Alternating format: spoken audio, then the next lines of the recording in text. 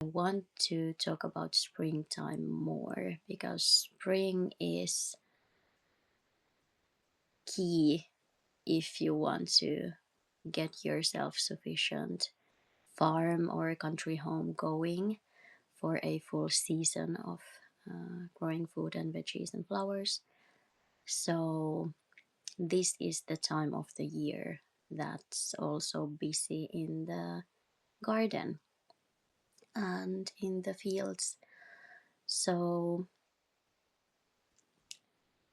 I guess I just wanted to compare last spring to this spring because I moved in precisely during Easter. Uh, ah, hi. That helped. Now I recognize you. And yeah, I just wanted to reflect a bit what has changed in 1 year because this is my second spring here.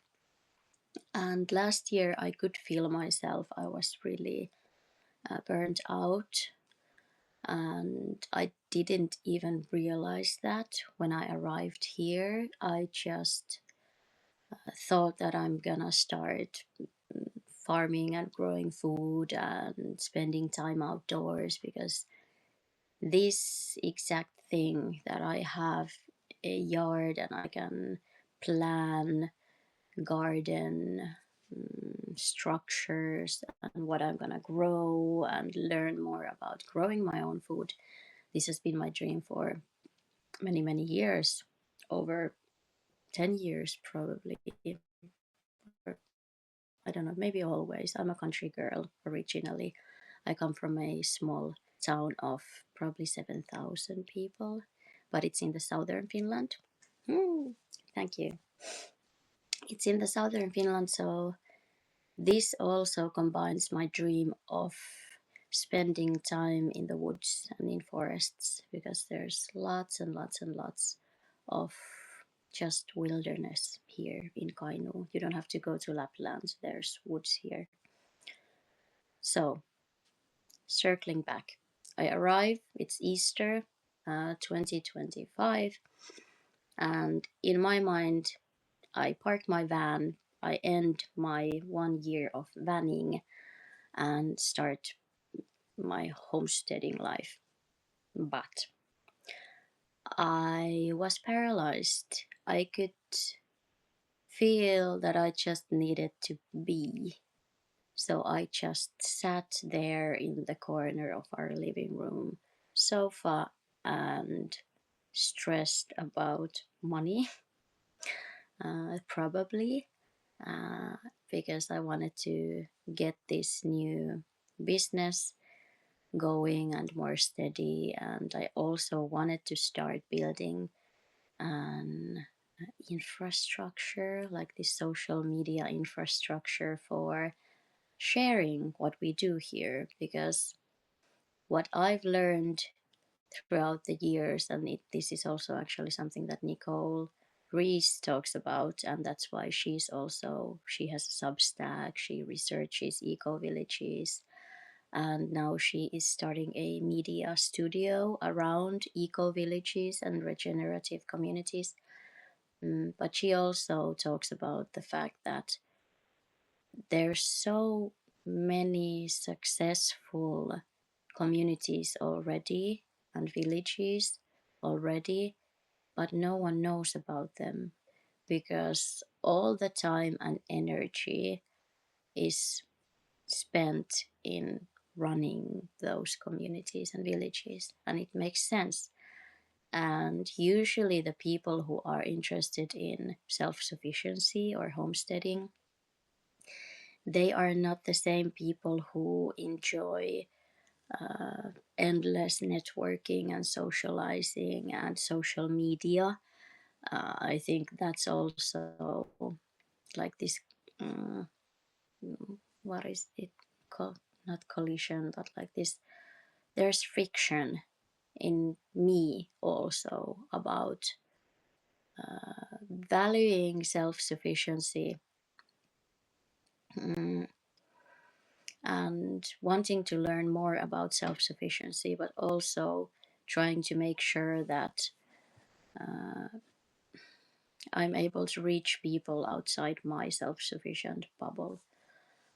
So I have to be here talking to you. But also, one reason why I have to be here is that I need to find my people. And that's a thing that's been on my mind this spring too, because I came here, I'm paralyzed, I don't do self sufficiency, I'm just on social media doing stuff.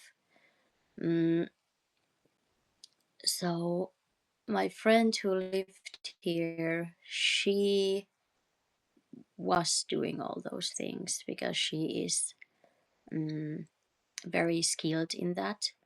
I think more people will catch on to the homestead. Yes, I agree that more people will and are actually.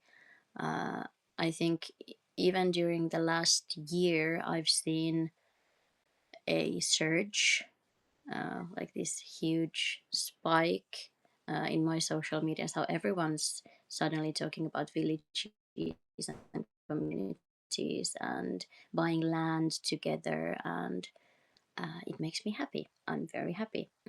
I hope that soonish I can just lay back and do, let's say, a monthly pop up like, hey, this is how our village is doing, and if you want to visit, visit. Like this building phase of trying to find my people, and actually now I can see there is one of those very potential my people joining into this live. So it was worth it to put that time the first year, um, like put that time into social media. But this year, my friend who was really skilled and did all the homesteading things, she basically last spring she set up the farm. I was there to water the plants the summer. Mm, but this year I have to do it. So that is on my agenda, and I've been planning what I want to grow. I've been buying seeds. I have seeds, and I should start preparing the soil. I've already, we had this bokashi composting thing during the winter because the real compost freezes. Mm, So I'm now turning that bokashi bio trash into soil. It's there mixed with old soil, and it's gonna be mm, healthy and nutritious. Do we say that about soil? Not sure. But yeah, Alex says that especially in situations when remote work is possible. Yes, and that's actually another thing that's been popping up.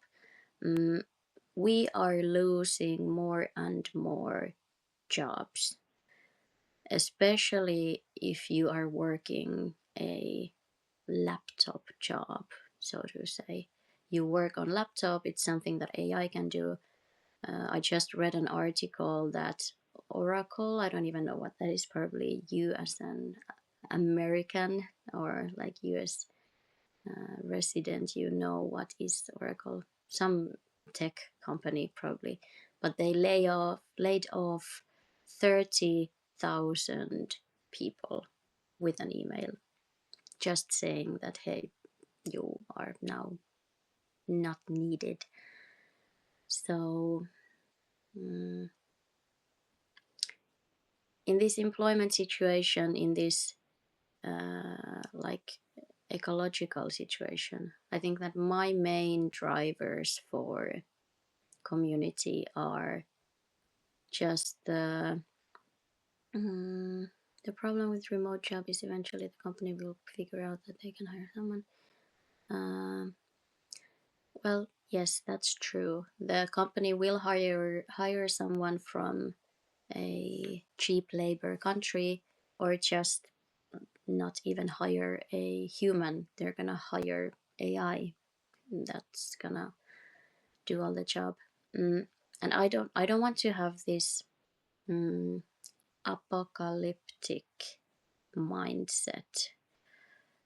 It does look bad, yes, if your mindset is still in the old system. If you're trying to survive in the old system, it looks bad. But that's not what we're trying to do here. We're trying to build our own systems. And maybe this Substack is also about me trying to weave in the knowledge that I have from my own field of expertise, social work, societal systems, and also this community scene and research. There's so many people, skilled people, and professionals who are already or have built alternative systems. And those systems are now international, global, overlapping. And what we need to do is to build our own havens wherever we are. And I'm not talking about bunkers. Yeah, the doomer mindset. Opportunity for positive change and innovation. Yes, I agree. Yes. And I think that all these crises are actually, they feel a bit like, when you have a cold and you have fever, and the fever feels extremely bad, but it's actually there to kill all the viruses and bacteria so you can get healthy. I feel that these crises are pushing us into a way healthier, balanced, harmonial even. Because this is the time, if you want to look for advice on what to do, what we should do, I think I trust the indigenous world views and these old ancient life teachings. I trust those the best. And they usually say that midst of chaos, you should find your balance, your center, and then listen to that intuition. And I think my intuition led me here, and now I guess now I'm trying to build some structure, which is actually quite hard to do. I always invite you to like discuss and take part, and I love that you're such passionate discusser, Alex. So thanks for being here and providing your input. Mm. But the structure, I have structure here. I'm trying to tell you how this feels. But self-sufficiency, I think that my plan for this farm, like this is the second year, I'm gonna do everything myself. But not alone, but myself. I think what I mean myself is that I'm taking the lead in how to organize this season of growing.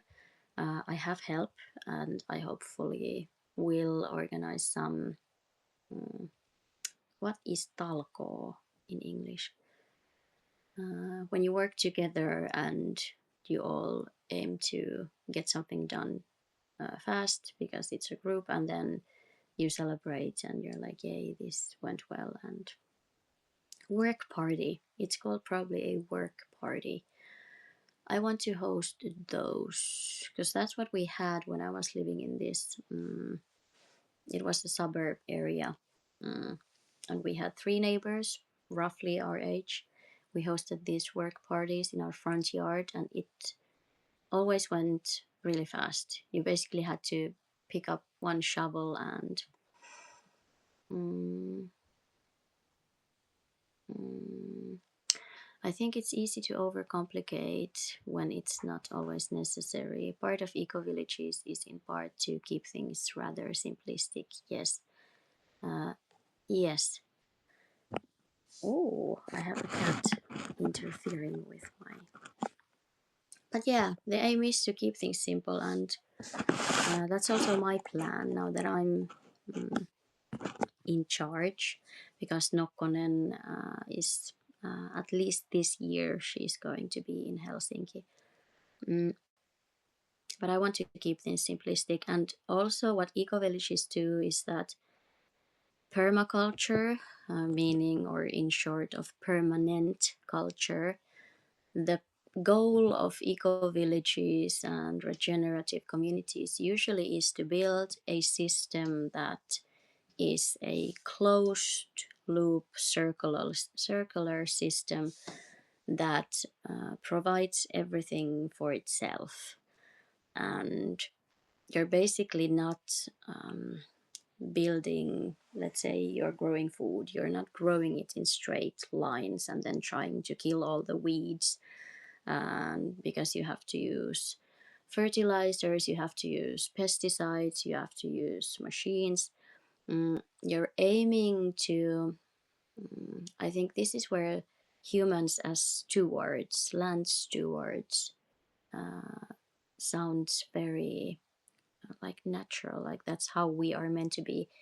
We are meant to use our thinking capacity and generational wisdom of plants, of soil, of humans, of connection, of weather, of climate, bioregions. And then we're using these skills, tools, knowledge into planning a system around us that we're a part of. We have to think about how much capacity do we have? Do we have animals? Do we have human companions who help us? And then we plan our like needs. We plan our, we need food, we need shelter, we need water. Let's leave electricity out of this because it's like quite modern.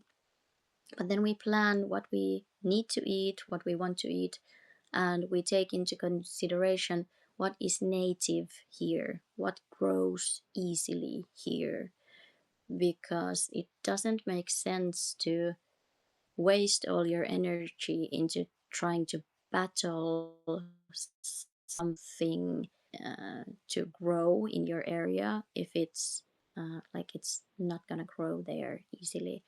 Mm, that's where perennial plants and vegetables, edible plants come in.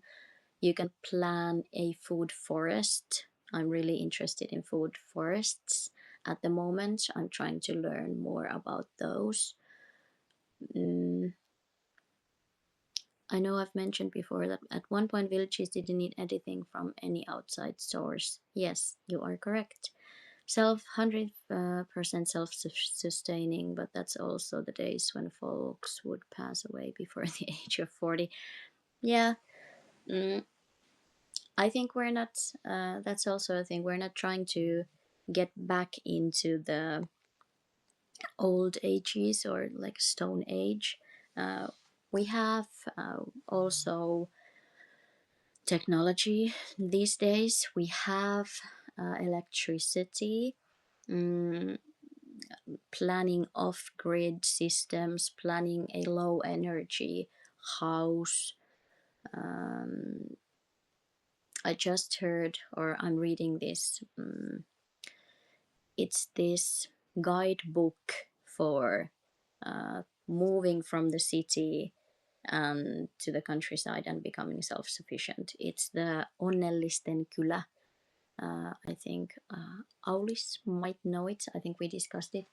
But it's Onnellisten kylä by Kirsi Salo, and she is someone who moved from the city into the countryside probably 10 years ago. 10 years ago, yeah, probably. And in her home, she has a cabin. Is it cabin? Cabinet? Closet? Closet? Like this. Let's say cabinet.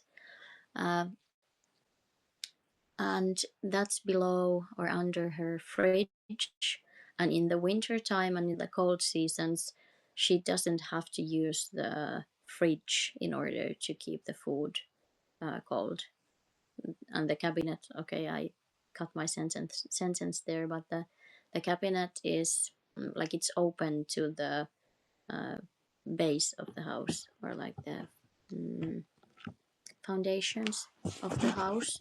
Like there is no floor under the cabinet. It's sealed, so it looks normal to the inside of the house, but when you open it, there is airways to the outside.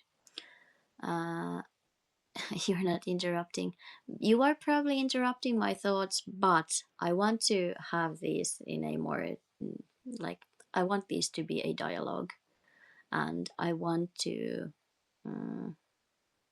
grow these into discussions. I would hope to have, let's say we have like 10 to 20 people here discussing and giving their ideas. That's what I'm aiming for. So this is good. I'm just used to talking alone because I've done it for so long. It's always me talking with a coffee mug. Modern aids. Yeah.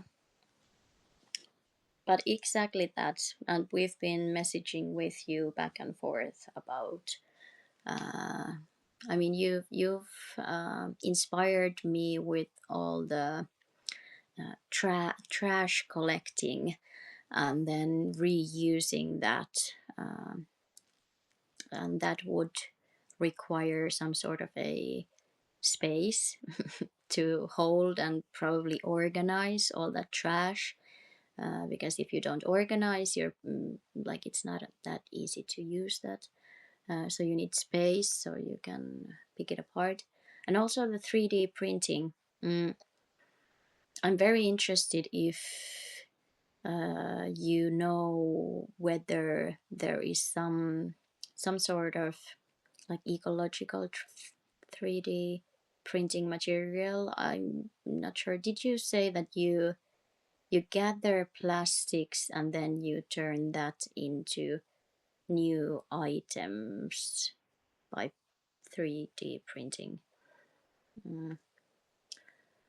But that, and also that in big scale.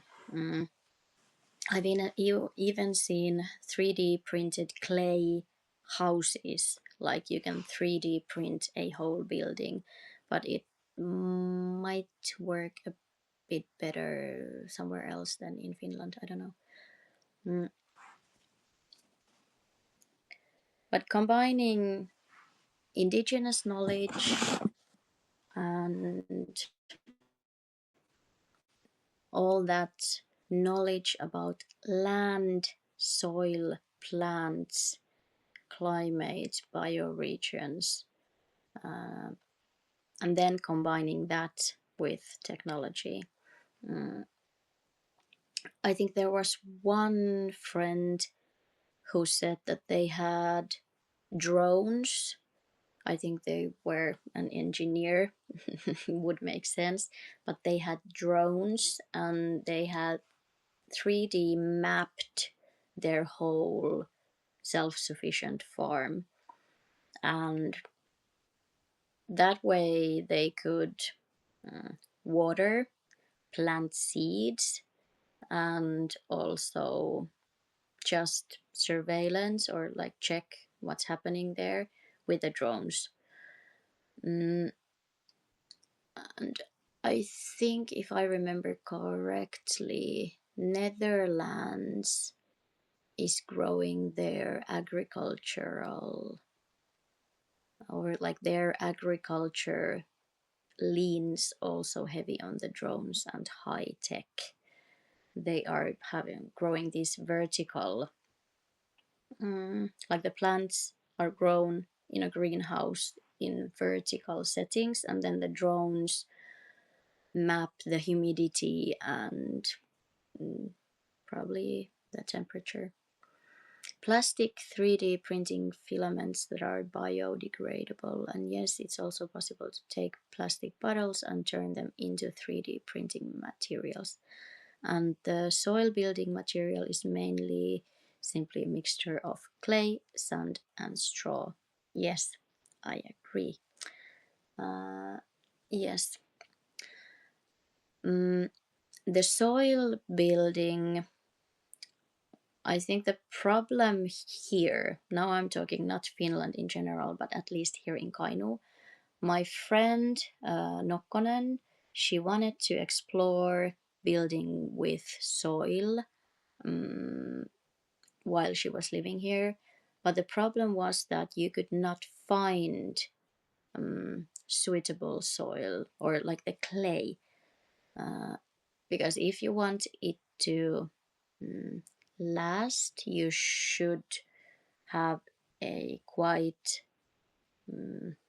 I don't think it needs to be rocket science, but like you need proper clay. It has to be clay, and that is not found here. Or maybe the problem is that we don't own enough land. I don't know if you dig far enough, does all earthy material end up in clay? Not my not my expertise. I really don't know about those things. Um,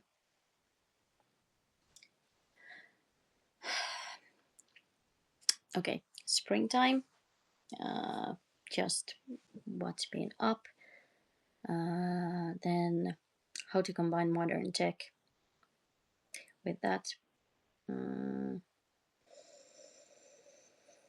I've talked about community, social gathering, but since you are here, Alex, and you are very enthusiastic about building and also fixing and altering. Mm, mm, mm, mm.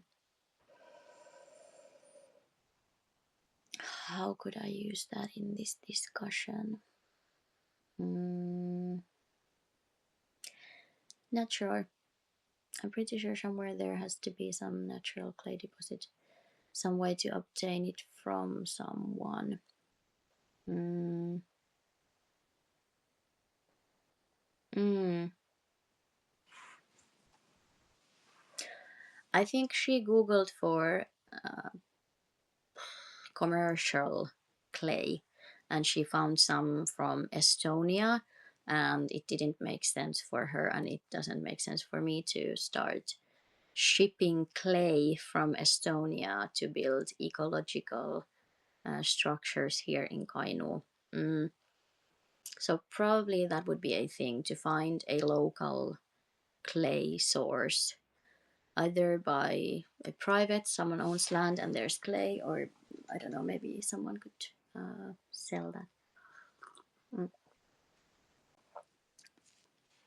But if we circle back to all this and then jobs, I think that we are gonna see, or we have to see, professions and industries and markets forming around these radically ecological solutions. Let's say building, reusing material, and it's just gonna take some time because I think that we don't really know what we need even at the moment, and how could we know? I think it's very normal. Mm, we have these eco houses and we have eco this and eco that, but not all of those products or companies are actually truly sustainable. So there is room for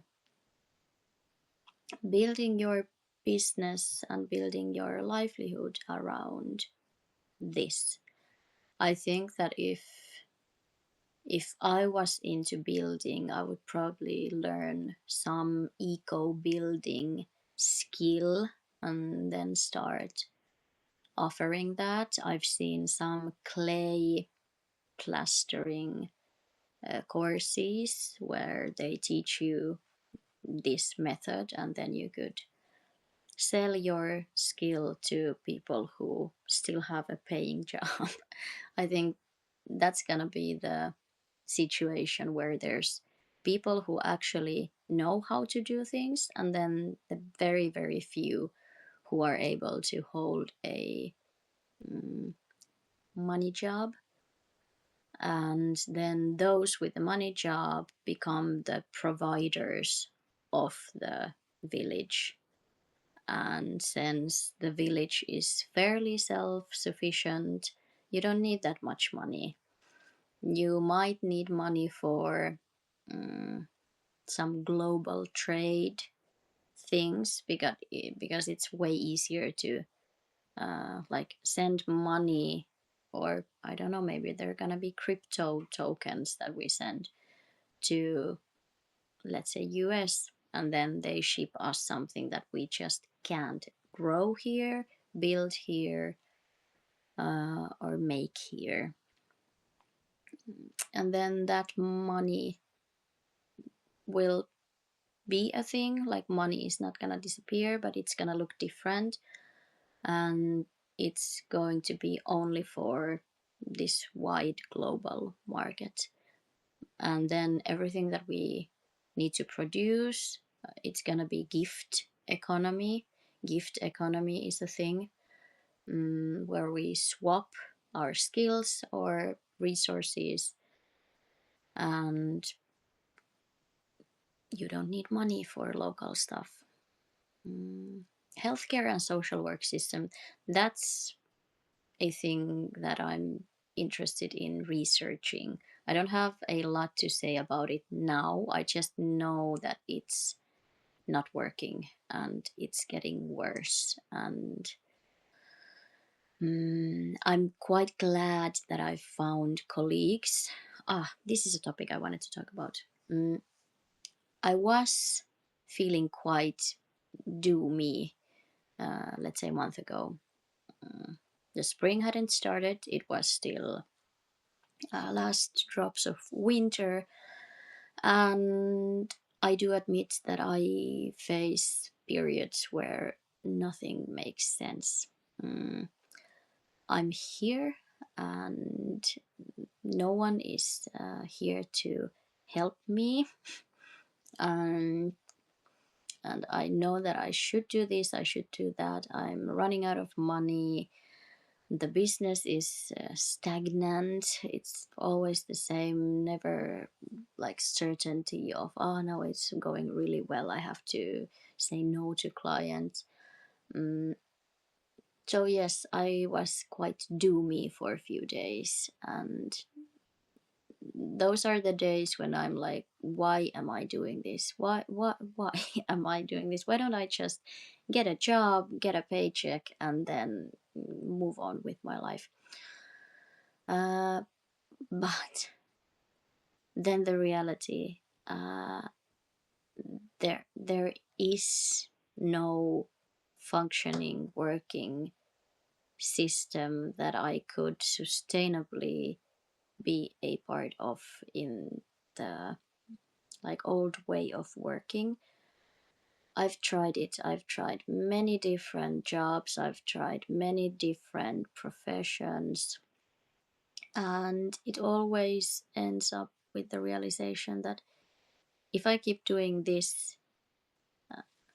those things, I'm gonna be doomed. So then I come to my senses, and then I realize that, okay, building a community, trying to build networks of mutual aid, trying to share resources like this house, yes, it feels anxious inducing because it's very costly to live here, just the two of us at the moment. I'm me and my friend who rents with me. But trying to find more people to split the cost, mm, like that makes sense. And yes, in order to do that, I should just put myself out here, because maybe the thing I'm struggling with is that I use so much of my time doing this and doing social media and doing my website and everything, and none of that pays me money. And we are so taught to think that money is the only way to find security, and that's a thing I'm still struggling with. I'm trying to unlearn that money equals security, because that's not true anymore. Maybe that was, or maybe it was close to truth at one point, when you could just, like, if you wanted to get a job, you get money, you can buy things. But money doesn't equal security anymore uh, in this world. And I don't mean right now, but in the long term. Yes, if you have money, you're more free to make choices, you're more free to choose where you live. But in the long run, because the reality is that I know many competent, hardworking people who have studied, they've gone to university, and they are unemployed here in Finland. And now I lost the thought.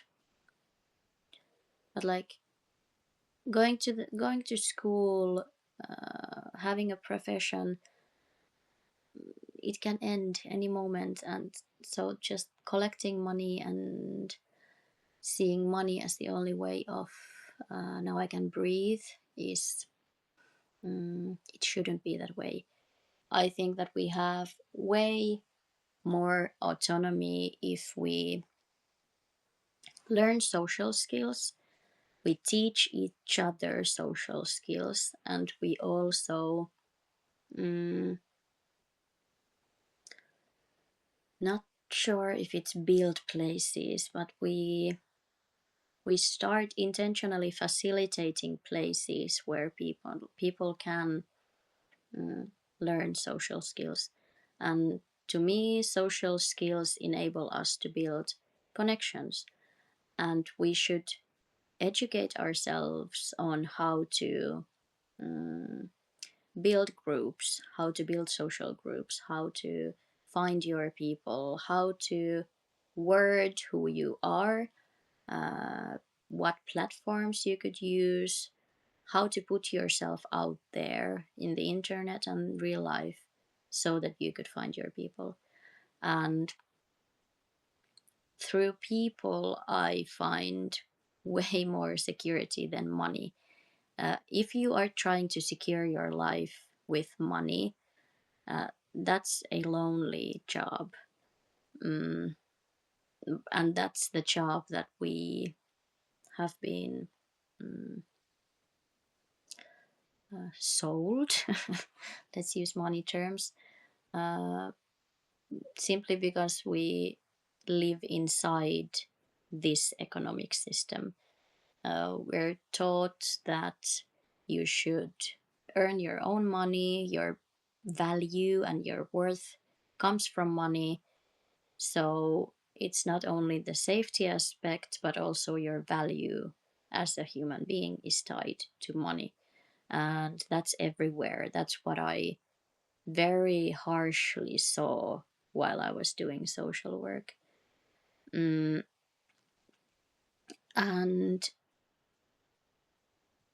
I think that even switching that mindset, and then now I'm talking about my experience. I wanted to like completely break out of that mindset. That's why I did the van year. I wanted to let go all of my things and just jump into the okay, what if I have nothing mentality. And it helped some. I think that taught me that um, it's very easy to be happy even if you have very um, basic material resources available to you. And I think having nothing in material way forced me to lean on to others. And this is also funny that mm, if you are poor and socially skilled, you probably don't struggle. Because I don't think that while working as a social worker, uh, I had that many customers who were poor or struggling work wise structurally and then didn't have social networks of support or whatever. Um, my family has been um, in and out of tight economic situations while I was a teenager. So um, we didn't need social work because we had social networks. There was family and relatives and just the community around church. My mom goes to church.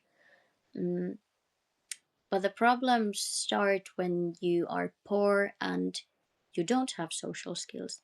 And I'm not talking about skills as something that people individually lack, but usually people who lack social skills don't have social networks. They simply don't have, let's say, they don't even have parents. Maybe they were abused as children, or their parents have died. They don't have relatives. They've maybe had to move between countries. Maybe they are refugees.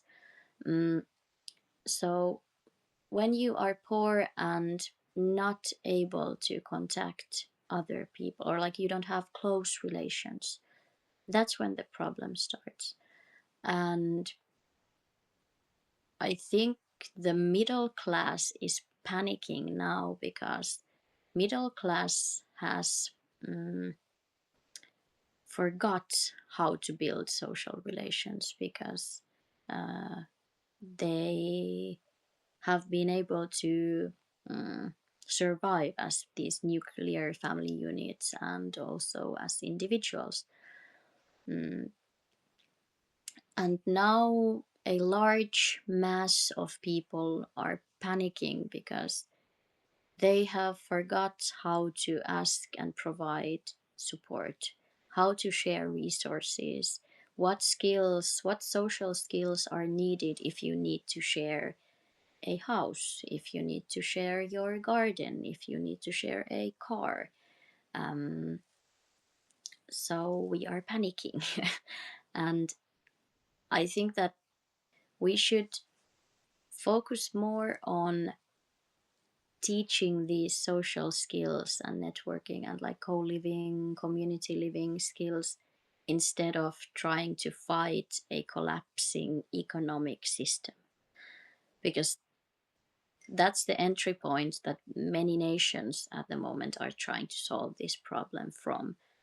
We are just trying to force people to work harder in an economic system and like work situation where work doesn't even exist.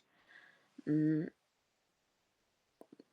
and then telling people that, well, the nation can't really provide anything for you. I think like Finland has been put on the same uh, like this it's this list of countries and how the countries deal with inequality, like how high is the inequality range. And Finland is at the same level as Romania. And no diss to Romania, but I know that it's a very corrupt and no social welfare country. So Finland is really like, we are not providing money for the people, we're telling them to work harder, and that's it. But instead, a human thing would be to do to help people relearn how to help each other. And okay, Alex, I think the socials can be useful, but it is quite a bit of work to manage all of it. At least it does offer a positive branch of exposure and networking. Yes, I think we are still, as a collective, we are learning to use social media in a healthy way. Because just like any technological innovation, we don't know how to use it when we get it at first. But then it gets normalized. We realize the good and the bad. I think this happens also in relationships. There's this new energy rush, and everything is perfect, and there's no problems. And then time goes on, and we start to see how things affect us. And only after that we can make educated evaluations on how we should use technology or how we should continue our relationships. Me as a dude with skills in USA, it's almost impossible to network since we are in a highly competitive culture. Everyone sees a guy like me as a threat to their careers. Mm, mm, yeah, and I think that the I don't know if I want to say deeper, uh, but the more serious I take this systemic change and actually living it in my daily life, the more serious I take it, the harder it gets to organize, at least, or work together with people who like they are trying to sustain the old system and the old way of doing things. I think it's almost impossible for me right now to, yeah, I would say, yeah, like the social work experience, the last one in 24 summer, it just underlined how, like, I can't work with people who see the world in a way where you just need to work harder, earn money, and make the system work. Okay, I'm maybe repeating myself. I'm lacking words in English.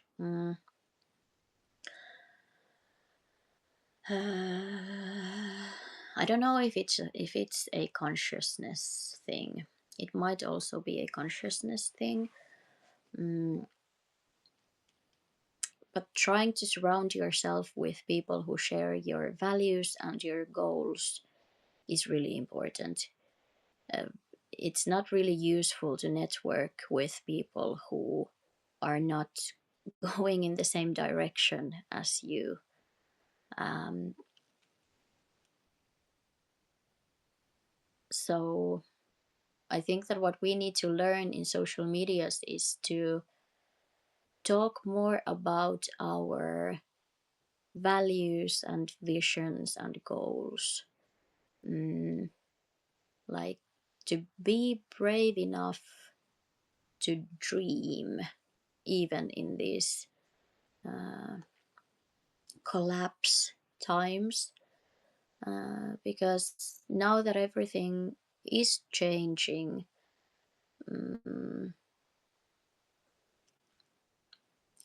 I think we like this is the time where basically if everything is going to collapse, not everything, but like the regular day to day, this is how I get the basics, what I need in my life. It's gonna change. Uh, the earth is not going to explode. We're still gonna have rain from the sky and sun from the uh, sky also. Sun from the universe. Mm, and then we can grow food and we're gonna have warmth, and if it gets really cold here in Finland, we can always just go to Denmark and start communities there. Okay, that's another discussion. Where to buy land? I think that's a discussion that I want to have with Alexandra. She is someone who I met through Substack.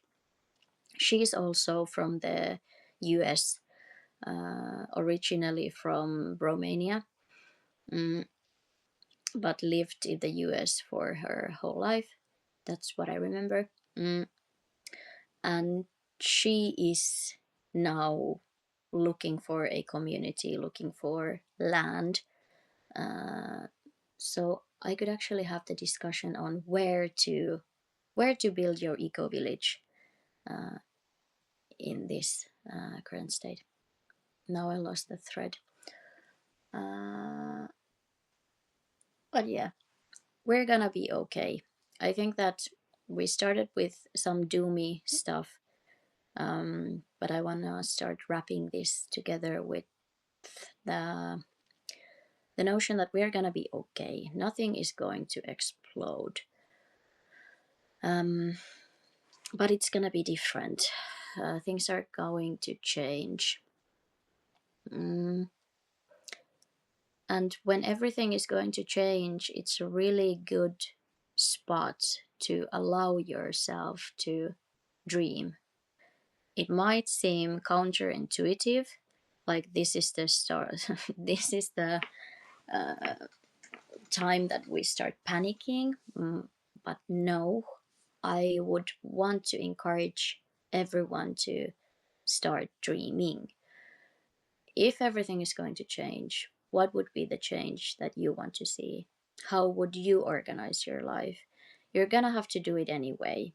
You're gonna have to think about where you want to live.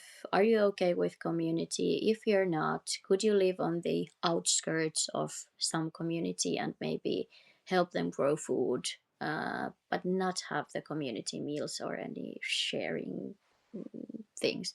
Because I don't think that everyone should want to live in a community in the traditional sense. Mm, but we should figure out what would be the way that we are comfortable interacting with others in a more interdependent way. I think interdependence is that's a must.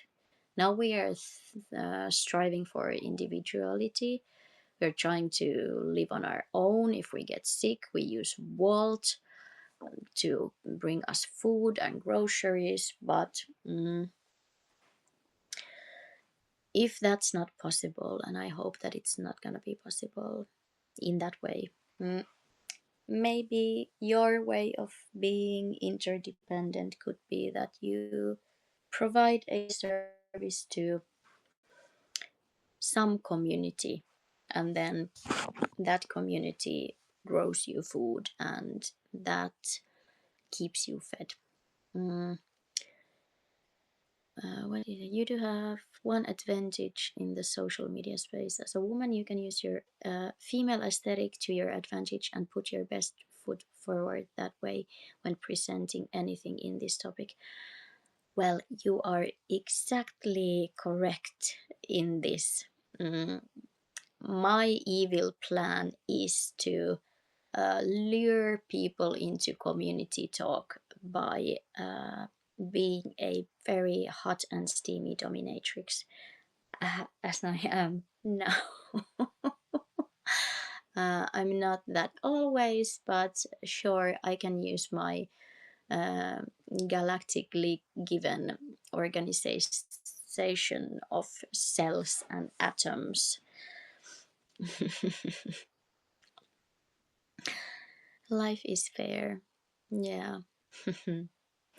So I will and I am going to use that. And I don't know, maybe if we want to go that fancy, yeah, I don't have to go that fancy. I know. And actually, I think that one thing that I should utilize more is that I should uh, learn how to speak clearly, which is something that I'm like, this is my learning experience. Um, but I should start making these talking head videos for Instagram, and just to crystallize my message and what I'm looking for. Um, I should start marketing, like, hey, where could I find a permaculture, kinky permaculture person who wants to come here and help us plan this yard. I should start marketing for that. With my face, I think that's, yeah, I forgot. Like videos where there's a face talking, it gives you more connection to the person, and it is more like you want to watch it for a longer time than just text when it's not moving. We are desperate for human connection. I am desperate for human connection, but I am very specific of what uh, what kind of human connection. And I think that uh, include that in the dreaming part. I think we should learn how to dream about our like, what does my dream day look like? Like, if I could live in any way I want, what would my dream day look like? And then what kind of people would I want to share that dream with in close proximity? Because community can also be another topic I want to discuss. Community doesn't have to be only your friends. Community is also the people you live near with. And then just being more aware of these different levels of community. Uh,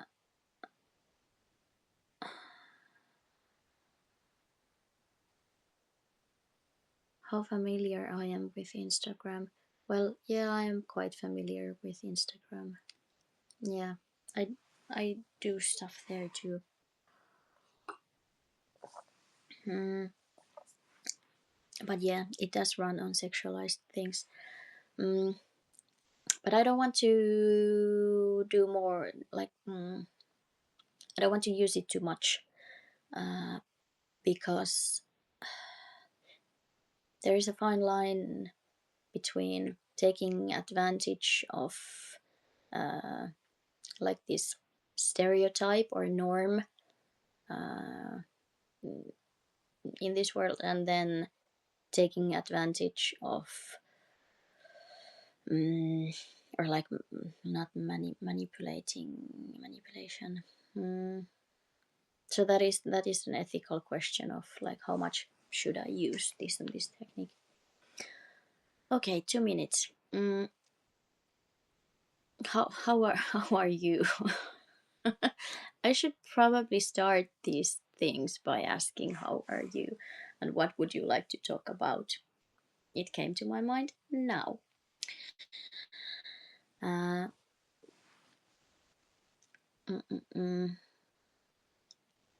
Also, I am thinking the possibility of well, it's not for Substack, but like actually having a video call, group video call at one point. That's been my dream. I think that was my dream even before the Substack, that I also have this global network of people like-minded, and we somewhat share the goal and dream of this network of villages. You're surviving. Countries at war, run by a maniac, otherwise fabulous. Yeah. Mm, yeah, I think that maybe at one point it's going to hopefully be easier to relocate yourself, if you are part of some community. I don't know, maybe we could start seeing communities, especially if they have a produce that they make, or like they sell some of their resources, then that's an income. But might be years, might be tens and tens of years before we are able to remove the barriers of like immigration into other countries based on community. Because now it's just work based. Like if you have a job, then you can relocate.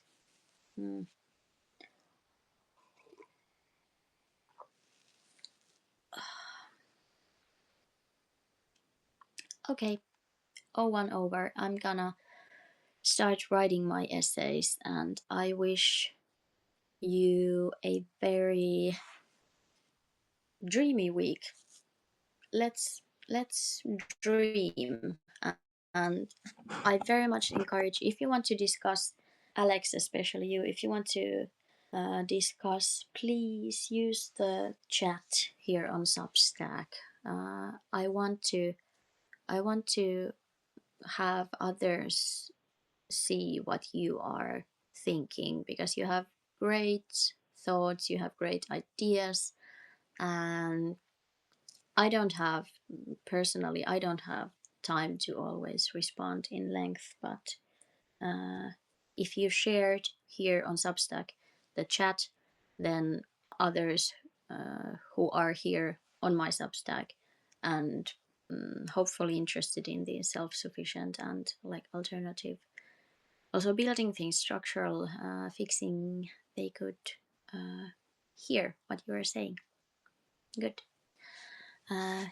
You keep looking into options of relocating to Finland. Yeah, I would say university, or like studies. I hope that we're not gonna collapse our study systems here in Finland. The social welfare will collapse first. Okay, bye. I will turn this into an article soon.